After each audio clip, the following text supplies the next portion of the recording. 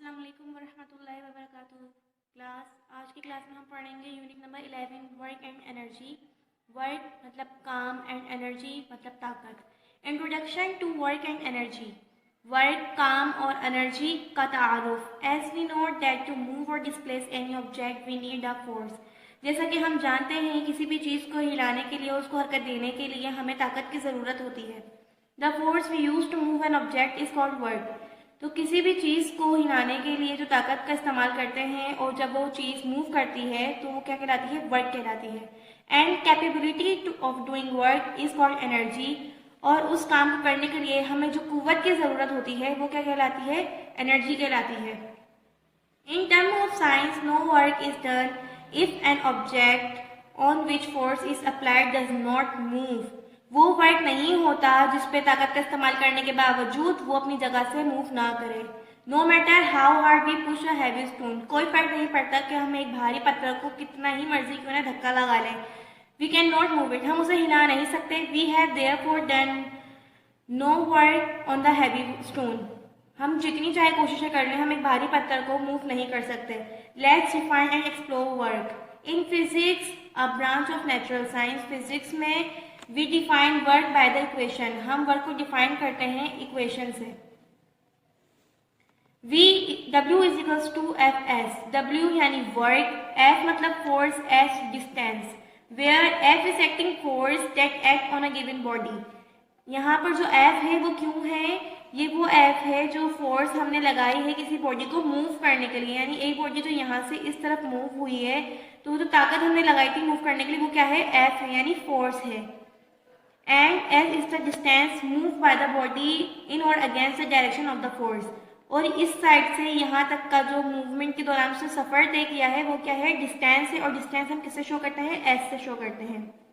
We can also say, हम इसके अलावा भी कह सकते हैं दैट द वर्क, के जो काम है इज डन, वो हो गया है only when the body on which force act move in the direction of the force. जब फोर्स जो है वो एक डायरेक्शन में अप्लाई की जाए, वर्क जो है तभी काम करेगा।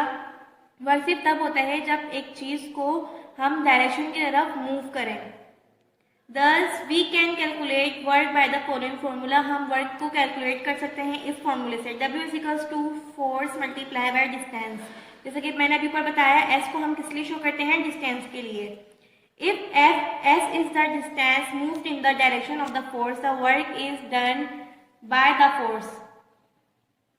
However, if S is the distance moved against the direction of the force, the work is done against the force। इस जगह से इस जगह मूव करने के लिए हमें इसी तरफ को जो है धक्का लगाना पड़ेगा ताकि वो चीज़ हमारी यहाँ से इस तरफ मूव कर सके, ना कि हमें इस तरफ पीछे की साइड पे धक्का लगाना होगा। If a body is drop, for example जैसे कि if a body is drop from the roof of your house, कोई भी भारी चीज़ या कोई भी बॉडी जो है वो छत पे से नीचे गिरे, the work is done by the force of gravity. तो वो जो काम हो रहा है वो फोर्स ऑफ ग्रेविटी के साथ हो रहा है। हाउएवर, जबकि if a body is move up, कोई चीज़ ऊपर की जानिब जाए from the floor to the roof, जमीन से छत की तरफ, the work is done against the force. तो वो काम जो है वो किसके खिलाफ हो रहा है? ग्रेविटी के खिलाफ हो रहा है। If we push a body on a local load, अगर हम किसी चीज़ को लोकल लोड यानी सीध तरीके से पुश करें, धक्का लगाएं, no work is done against the force of gravity. तो वहाँ पे जो है वर्क नहीं होगा क्योंकि वहाँ पे फोर्स ऑफ ग्रेविटी नहीं है। अगर ये बुक यहाँ रखी हुई और इसको मैं नीचे की तरफ धक्का लगाऊँ, ये नहीं हिलेगी। क्यों? क्योंकि हम फोर्स ऑफ ग्रेविटी के अगेंस्ट काम कर रहे हैं, ये काम नहीं होगा। Of course the work is done against friction. जाहिर सी बात है, वर्क जो है, काम जो है वो फ्रिक्शन यानी रगड़ के जरिए होता है। अगेंस्ट रगड़ फ्रिक्शन होता है। जैसे कि यहाँ पे एग्जाम्पल हैगी अ हैवी स्टोन, ये भारी पत्थर रहेगा, इसको हम जितनी भी फोर्स अप्लाई कर लें लेकिन ये हमसे मूव नहीं होगा। The reason is that the distance move against gravity is zero. इसकी वजह क्या है? इसकी वजह यह है कि ग्रेविटी के अगेंस्ट अगर हम कोई काम करेंगे तो वो काम नहीं होगा। If the point of application of the force does not move, no work is done. जब हम किसी गलत साइड पे फोर्स अप्लाई करेंगे तो वो काम नहीं होगा। When you push the wall of your classroom और अ वेरी हैवी स्टोन, जब हम अपनी क्लास की दीवार को धक्का लगाएं या किसी भारी पत्थर को, विच डू नॉट मूव, जबकि वो हिल नहीं रहा, नो वर्क इज डन मतलब काम नहीं हो रहा। Since the distance move is zero, इसी वजह से जब वो मूव ही नहीं कर रहा, काम ही नहीं हो रहा, तो उसका डिस्टेंस भी क्या है, जीरो है। When you lift up your book from the table, जब आप किताब को टेबल पे से उठाएंगे, यू टू परफॉर्म वर्क, आपने वो काम किया है, किताब रखी हुई टेबल पे, आपने उसको उठाया और ऊपर की जान निकलेगा, तो क्या है, उसमें ताकत भी लगी है और उसने डिस्टेंस भी कवर किया है, यानी आपने काम कर लिया है। Thereafter if you continue holding the book in your hands, और उसके बाद आप मुसलसल अपने हाथ में वो किताब पकड़ के रखेंगे, you are not doing any work, तो मतलब आप उस वक्त कोई काम नहीं कर रहे हैं, क्योंकि वो किताब आपने एक ही जगह रखी हुई है।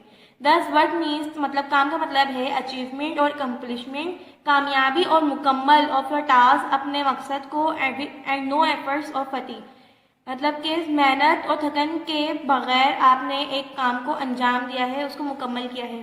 Remember mechanical work is done if the following two condition are fulfilled, mechanical work सिर्फ तभी हो सकता है जब दो कंडीशन उसके अंदर पाई जाएं। A force act upon a body, एक ताकत जो उस बॉडी के ऊपर अमल की जाए, अमल कर रहा हो। The body move under the influence of the force, और एक वो कि एक फोर्स के असर में कोई चीज काम कर रही हो। If there is no motion, अगर यहाँ हरकत नहीं है ऑन द बॉडी, बॉडी के ऊपर कोई हरकत नहीं है, under the influence of force, force को, यानी अगर हम किसी चीज को धक्का लगा रहे हैं लेकिन फिर भी वो मूव नहीं कर रहा, तो उसका क्या मतलब है, नो वर्क इज डन, वहां काम नहीं हो रहा। यूनिट ऑफ वर्क, द ऐसा यूनिट ऑफ वर्क इज जोल, ऐसा यूनिट जो है वर्क का वो क्या है, जोल है, और इसका सिंबल क्या होता है, कैपिटल जे होता है। इट्स मल्टीपल किलो जोल, और इसका जो मल्टीपल यानी दुगना होता है वो क्या होता है, केजी होता है। It also used if a force of one, अगर एक फोर्स है वन, और फोर्स हमने यहाँ पे किससे मूव, ऐसा यूनिट क्या है यहाँ पे, एन है, ठीक है। Move a body through a distance of metre one, कोई चीज है, बॉडी है जिसको हम धक्का लगा रहे हैं और वो 1 मीटर का फासला तय कर रही है। The work done is 1 joule, तो वर्क जो है वो 1 जूल और 1 न्यूटन कहलाएगा।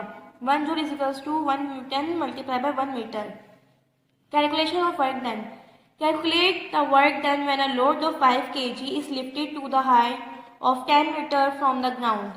यहाँ कह रहे हैं कि हमने एक चीज है जो जिसका वजन है 5 kg, वो हमने 10 मीटर हाइट पर लटका दी है ग्राउंड से, यानी 10 मीटर ऊपर हमने वो लटका दी है, तो उस वक्त क्या वर्क हो रहा होगा।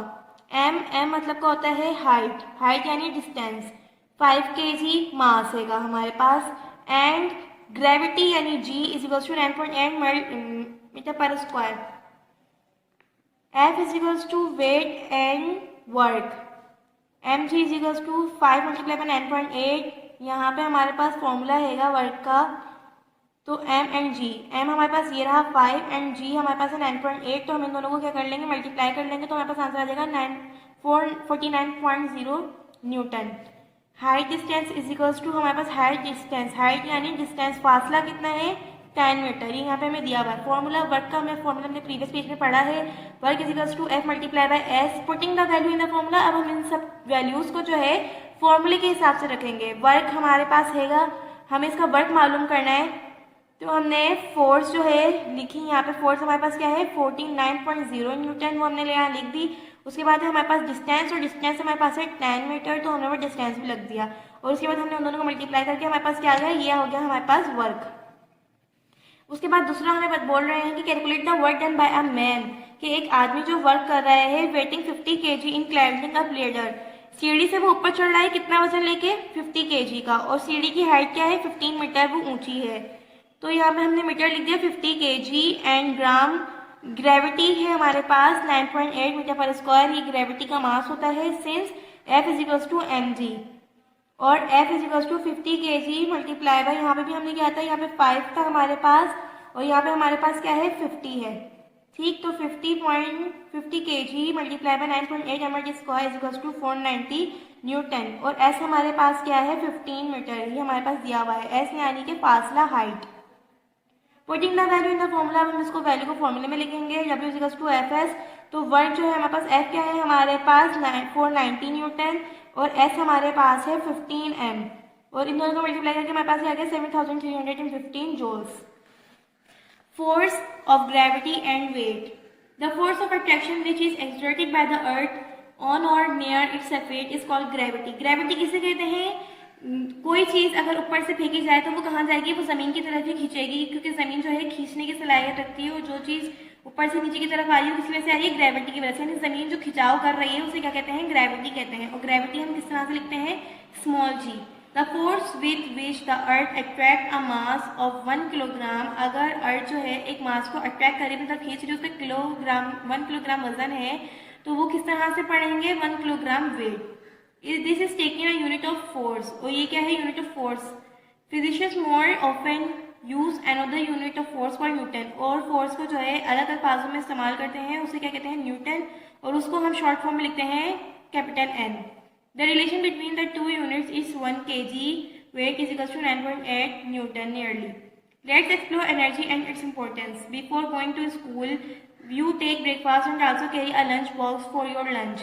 स्कूल जाने से पहले हम लोग नाश्ता करते हैं और स्कूल के लिए हम लंच भी लेते हैं। Why do you all this? हम ये सब क्यों करते हैं? You eat food to get energy to do various kind of work. हमें ग़िज़ा की ज़रूरत होती है, क्यों? ताकि हम काम कर सकें, और हमें खाना खाने से क्या मिलती है? ताकत मिलती है। When you came back from school, जब हम स्कूल से वापस जाते हैं, यू फील टायर्ड, तो हम थका हुआ महसूस करते हैं। ड्यूरिंग स्कूल स्पोर्ट प्रैक्टिस के दौरान you often complain your parents that you are too tired. आप लोग अपने पेरेंट्स को ही कंप्लेन करते हैं, यानी उनसे कहते हैं कि हम बहुत थक गए। You feel as if there is no energy left in you, आपके अंदर कोई ताकत नहीं बची, आपको ऐसा महसूस हो रहा होता है। You feel that you have no capability to do any work more and work, आपको ऐसा महसूस होता है जैसे आपके अंदर मजीद काम करने की सलाहियत नहीं रही, ताकत नहीं रही। What do we mean when we say that young people are more energetic than older people? हम ये क्यों कहते हैं कि जो जवान लोग होते हैं वो ज़्यादा ताकतवर होते हैं बूढ़े लोगों से? This means that young people are more capability to do work than older people. इसका मतलब यह है कि जो जवान लोग हैं वो ज़्यादा ताकत रखते हैं और बूढ़े लोगों से काम करने में। When you wind the spring of a toy, जब आप तेज़ हवा के झोंकों पे एक टॉय कार रखें या टॉय इंजन रखें और उसे छोड़ दें ग्राउंड पर, व्हाट हैपन, तो क्या होगा? The toy move on the ground, तो वो क्या है? वो मूव करेगा। अ hockey stick is capable of setting a ball in motion, एक हॉकी स्टिक जो है वो बॉल को मूव करने के लिए काम आती है। जाहिर सी बात, एक बॉल रखी हुई है, उसको मूव करने के लिए हम हॉकी स्टिक का यूज़ करेंगे। A car which run on petrol also move from one place to another form, एक कार है कि उसको हम पेट्रोल के जरिए क्या है? यूज़ करें एक जगह से दूसरी जगह जाने के लिए। और animals move from one place to another for grazing, एक तमाम जानवर जो है एक जगह से दूसरी जगह जाते हैं ग़िज़ा के लिए, आराम के लिए, छाव के लिए, हर चीज़ के लिए क्या वो क्या करते हैं? एक जगह से दूसरी जगह मूव करते हैं। What is common in all this example, तो इन सब एग्जाम्पल्स के अंदर एक बात क्या है? कॉमन क्या है? All of them possess energy and are capable for doing work, तो इन सब कामों के लिए हमें किस चीज़ की ज़रूरत है? एनर्जी की ज़रूरत है काम करने के लिए। So we conclude that a body which can do work possess energy, तो हम इस बात को मानते हैं कि एक बॉडी जो है काम करने के लिए किस चीज़ की ज़रूरत रखती है? एनर्जी की ज़रूरत रखती है। What about an unwound spring toy, आप क्या कहना चाहेंगे? अनवाउंड, अगर हम एक जगह यानी बंद कमरे में एक स्प्रिंग टॉय रख दें, विल इट रन, क्या वो मूव करेगा? सर्टेनली नॉट, जी नहीं।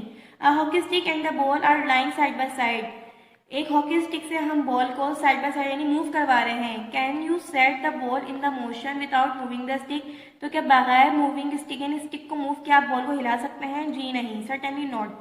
Can a dead man or animal work, क्या एक मुर्दा जानवर और इंसान काम कर सकते हैं? ऑब्वियसली नॉट, बिल्कुल भी नहीं।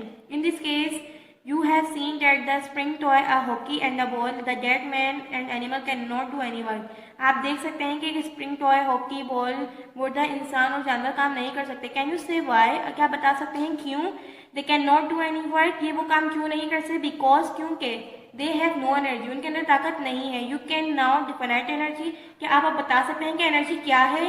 Yes, energy may be defined, हम बता सकते हैं एनर्जी क्या है। Energy as the capability of doing work, energy जो है किसी भी काम करने के लिए जो सलाहियत होती है वो क्या होती है? एनर्जी होती है।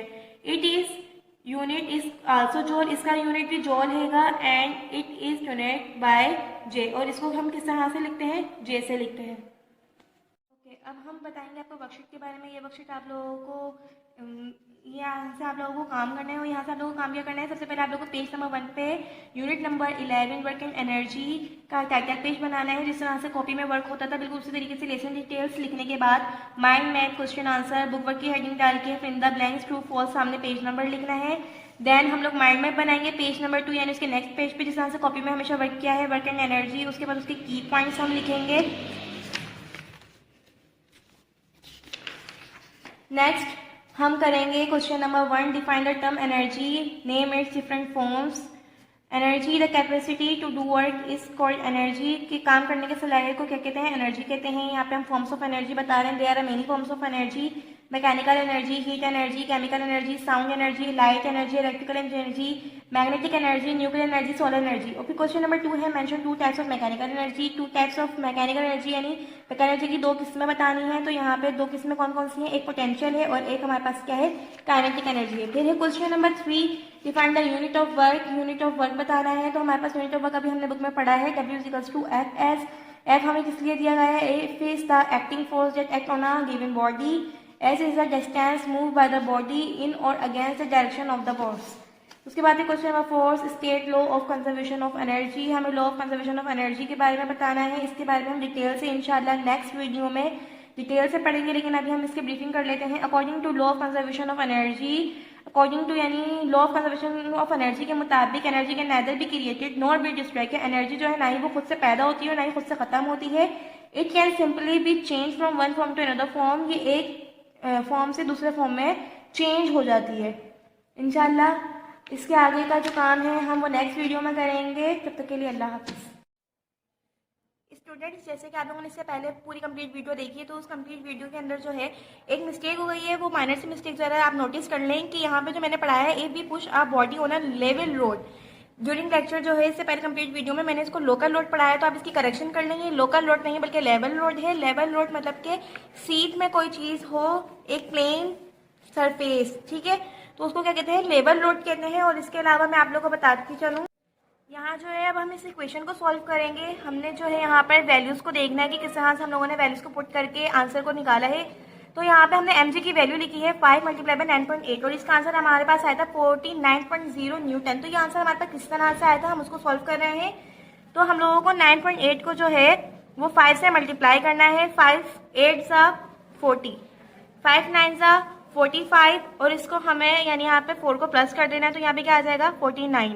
उसके बाद हमें ये देखना है कि पॉइंट कहाँ जाएगा, तो पॉइंट के बाद जितनी वैल्यूज होती हैं हम उन वैल्यूज को यहाँ पे काउंट करके पॉइंट उस हिसाब से लगाते हैं। यहाँ पे पॉइंट के बाद एक वैल्यू है, तो हम पॉइंट कहाँ लगाएंगे, एक वैल्यू के बाद यानी 0 के बाद। 49.0 यहाँ पर आंसर आ गया है, तो यहाँ पे भी क्या आ गया आपके पास 49.0 आपका पास आंसर आ गया। अब हम इसको फॉर्मूले के अंदर पुट करेंगे। 49.0 मल्टीप्लाई बाय 10, 49.0 मल्टीप्लाई बाय 10 का आंसर हमारे पास क्या आ रहा था 490 जूल। तो ये किस तरह से आया, अब हम इसको सॉल्व करेंगे। 490.0 मल्टीप्लाई बाय 10, 0 को 0 से करेंगे तो 0 ही सारे आंसर आएंगे। उसके बाद हमें 1 से करना है, 1 0 ज़ा 0, 199 144, आंसर के अंदर 4900। यहाँ 4900 और ये पॉइंट हैगा, तो ये कितनी वैल्यूज के बाद है, 1 वैल्यू के बाद हमने यहाँ लगा दिया। स्टूडेंट्स, पॉइंट के बाद का जो 0 होता है इसकी कोई वैल्यू नहीं होती है, इसलिए ये पॉइंट और 0 क्या हो जाएगा, हट जाएगा। तो आंसर हमारे पास क्या आया 490 यानी 490 जूल्स। इसी तरीके से दूसरी क्वेश्चन सॉल्व होगी। और इसके अलावा मैं आपको ये भी बताती चलूँ, वर्क एंड एनर्जी के बीच में रिलेशन, वर्क और एनर्जी के बीच में रिलेशन क्या है। वर्क के बगैर यानी एनर्जी के बगैर हम कोई वर्क नहीं कर सकते, हमें हर वर्क करने के लिए एनर्जी की ज़रूरत होती है। तो हम इसके अंदर रिलेशन पढ़ेंगे किस तरह से। और स्टूडेंट्स, ये भी यानी मैं आपको बताती चलूँ कि कुछ काम ऐसे होते हैं जिसके ऊपर हम चाहे कितनी भी फोर्स अप्लाई कर लें, लेकिन वो वर्क डन नहीं होता। क्यों नहीं होता, जैसे कि मैं आपको एग्जाम्पल दे रही हूँ, एक हैवी स्टोन की, एक भारी पत्थर, उस हैवी स्टोन को हम जितने चाहे पुश कर लें, चाहे कितनी भी फोर्स क्यों ना लगा लें, हम उसको मूव नहीं कर सकते। तो एक ये भी आपके पास एग्जाम्पल लगी कि कुछ वर्क ऐसे होते हैं जिनके ऊपर फोर्स चाहे कितनी भी अप्लाई कर ली जाए, लेकिन वो डन नहीं होते, क्योंकि वहाँ पे हमारी फोर्स क्या होती है, नन होती है। और उसके अलावा ये लेवल लोड वाली और ये करेक्शन सही है। उसके अलावा जो आपके पास वर्क और एनर्जी का रिलेशनशिप था वो मैंने आपको डिस्कस कर दिया कि किस तरह से आप लोगों को मैंने इक्वेशन सॉल्व करके दिखा दिए। इंशाल्लाह नेक्स्ट वीडियो में हम उसके आगे का चैप्टर रीड करेंगे। तब तक के लिए अल्लाह हाफिज़।